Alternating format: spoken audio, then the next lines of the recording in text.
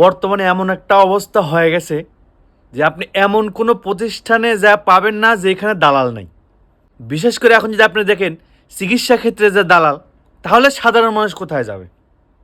আপনি ডাক্তারের কাছে একটা ছোট একটা রোগ নিয়ে যাবেন, দেখবেন যে তারা ওই ডায়াগনস্টিক সেন্টারের সাথে এমন একটা কন্ট্যাক্ট করে রাখছে, আপনার যেটা হবে না সে পরীক্ষা দিবে। আপনার ছোট্ট একটা রোগ নিয়ে যাবেন, 8, 9, 10টা পরীক্ষা দিয়ে দিবে, যেটার কোনো প্রয়োজনই ছিল না। এই সবচেয়ে ডায়াগনস্টিক সেন্টার যারা চালায় এরা সবচেয়ে বড় খারাপ। আপনার যেই সমস্যাটা নাই সেই সমস্যাও তারা টেস্ট করে বাইর করে দিবে।